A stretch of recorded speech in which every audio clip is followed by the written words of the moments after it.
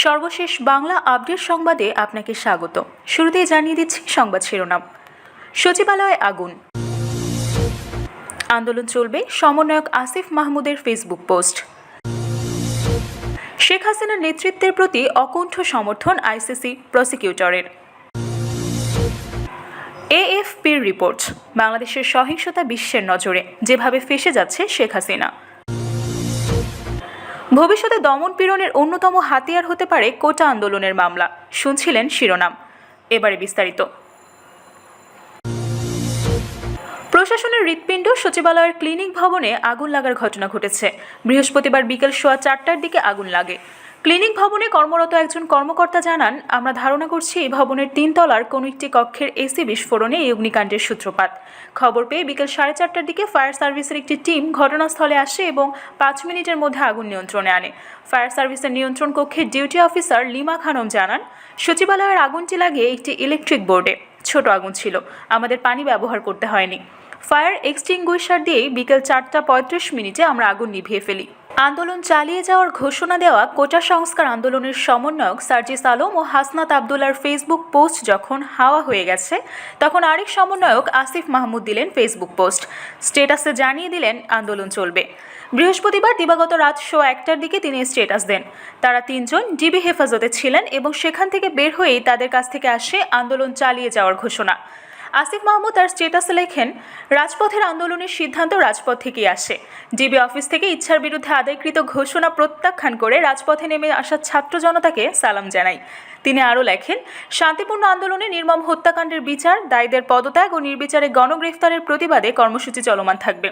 তাদের সঙ্গে হওয়া অত্যাচারের বিষয়টি উল্লেখ করে আসিফ লেখেন, গত 19 জুলাই থেকে অকথ্য নির্যাতন নিপীড়ন সহ্য করছি। আপোষহীনতার জন্য যে কোনো মূল্য দিতে প্রস্তুত আছি। এই পোস্ট দেওয়ার কিছুক্ষণ আগে আসিফ তার আরেকটি পোস্টে লেখেন, আইডি যে কোনো সময় ডিসেবল কিংবা হ্যাক হয়ে যেতে পারে, তাই তার ফেসবুক পেজে ফলোয়ারদের যুক্ত থাকতে বলেন তিনি। উল্লেখ্য, গত শুক্রবার ঢাকার একটি হাসপাতাল থেকে কোটা আন্দোলনের 3 সমন্বয়ক আবু বাকের মজুমদার, আসিফ মাহমুদ ও নাহিদ ইসলামকে আইনশৃঙ্খলা বাহিনীর পরিচয়ে তুলে নেওয়া হয় ডিবি কার্যালয়ে। শনিবার সন্ধ্যায় আরও 2 সমন্বয়ক সার্জিস আলম ও হাসনাত আবদুল্লাহকে হেফাজতে নেওয়া হয়। পরদিন রোববার নেওয়া হয় আরেক সমন্বয়ক নুসরাত তাবাসসুমকে। শুরুতে আইনশৃঙ্খলা বাহিনীর পক্ষ থেকে নিশ্চিত করা না হলেও পরে গোয়েন্দা কর্মকর্তা হারুনুর রশিদ ও স্বরাষ্ট্রমন্ত্রী আসাদুজ্জামান খান কামাল বলেন, নিরাপত্তাহীনতার কারণেই তাদেরকে নিয়ে আসা হয়েছে ডিবি কার্যালয়ে। এরপর বৃহস্পতিবার বৈষম্য বিরোধী ছাত্র আন্দোলনের এই 6 সমন্বয়ককে ডিবি কার্যালয় থেকে ছেড়ে দেওয়া হয়। পরে জানানো হয়, তাদেরকে ছেড়ে দেওয়ার দাবিতে শেষ 2 দিন তারা অনশনে ছিলেন। বৃহস্পতিবার স্থানীয় সময় সকালে নেদারল্যান্ডসের দ্য হেগ শহরে আন্তর্জাতিক অপরাধ আদালতের পররাষ্ট্রমন্ত্রী ডক্টর হাসান মাহমুদের সঙ্গে সাক্ষাতে প্রসিকিউটর খান এই সমর্থন ব্যক্ত করেন। এ সময় তিনি বিশ্বব্যাপী ন্যায় বিচার ও জবাবদিহিতা সমুন্নত রাখতে এবং আন্তর্জাতিক আইনি ব্যবস্থায় বাংলাদেশের অবদান ও সহযোগিতার প্রশংসা করেন। নেদারল্যান্ডসে নিযুক্ত বাংলাদেশের রাষ্ট্রদূত মোহাম্মদ রিয়াজ হামিদুল্লাহ বৈঠকে উপস্থিত ছিলেন। আইসিসি প্রসিকিউটর বলেন, বাংলাদেশে আশ্রয় নেওয়া রোহিঙ্গাদের প্রতি প্রধানমন্ত্রী শেখ হাসিনার উদারতা ও মানবিকতা দেখে আমি মুগ্ধ। পাশাপাশি মিয়ানমার থেকে বাস্তুচ্যুত রোহিঙ্গাদের 7 বছর ধরে আশ্রয় দেওয়ার জন্য বাংলাদেশকে যে মূল্য দিতে হচ্ছে তা আমি অনুধাবন করি। পররাষ্ট্রমন্ত্রী হাসান বৈঠকে গাজা, ইউক্রেন এবং রাখাইন রাজ্যের পরিস্থিতি নিয়ে আইসিসি প্রসিকিউটরের অবস্থান এবং নেতৃত্বের প্রশংসা করেন। রোহিঙ্গা ইস্যুকে সামনে এনে তিনি বলেন, অন্য বৈশ্বিক ইস্যুর ফলে রোহিঙ্গাদের জন্য ন্যায় বিচারের আহ্বানের প্রতি সমর্থন এবং মনোযোগ হ্রাস পাচ্ছে।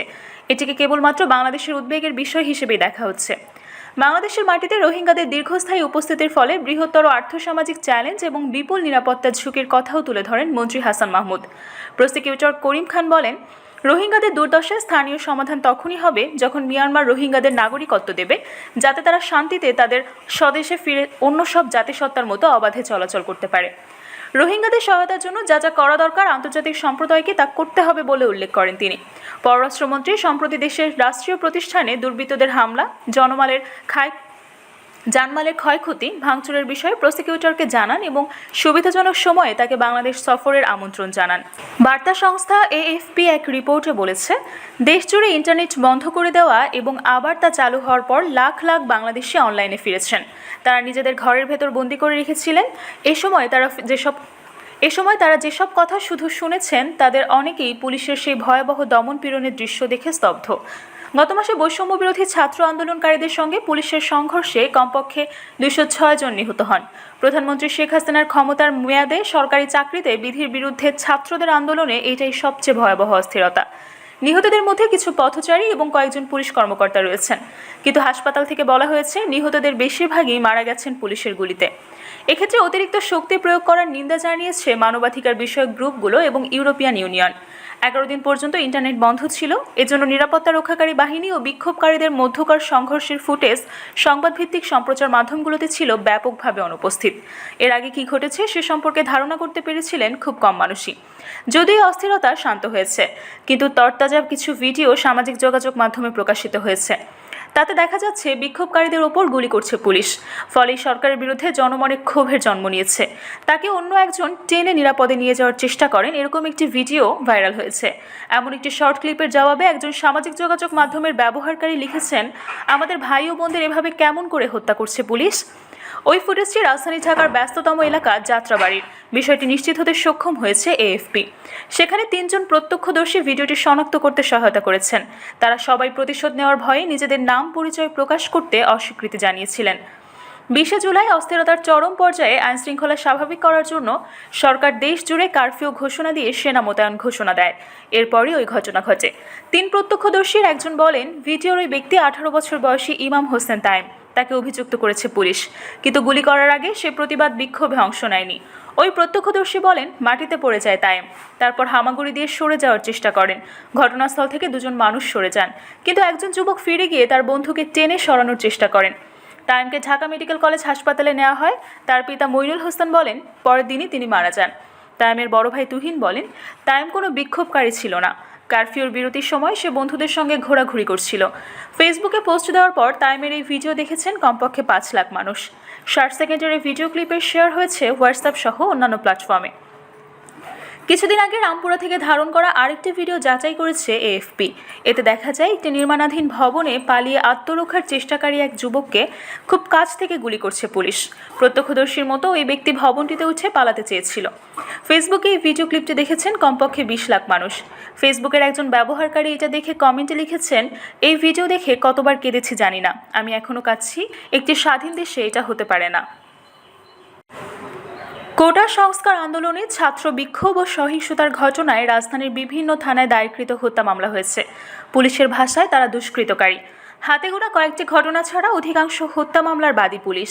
এদিকে সুরথাল প্রতিবেদনেও লাশের শরীরে গুলির চিহ্ন এড়িয়ে গেছে পুলিশ। এমনকি ডেথ সার্টিফিকেটে মৃত্যুর কারণ গানশট ইনজুরির লেখা থাকলেও সুরথালে গুলির আঘাতের কথা উল্লেখ করা হয়নি। সহিংসতার ঘটনায় ডিএমপিতে হত্যা মামলার সংখ্যা 53টি। এতে 3 পুলিশ সদস্য রাজধানীতে 150 জনের মৃত্যুর তথ্যও দিয়েছে। বিক্ষোভের সঙ্গে যুক্ত শিক্ষার্থী ছাড়াও এদের মধ্যে ব্যবসায়ী, বেসরকারি প্রতিষ্ঠানের কর্মচারী এবং অজ্ঞাতনামা পথচারী রয়েছেন। তাদের সবার মরদেহ ইতোমধ্যে দাফন সম্পন্ন হয়েছে।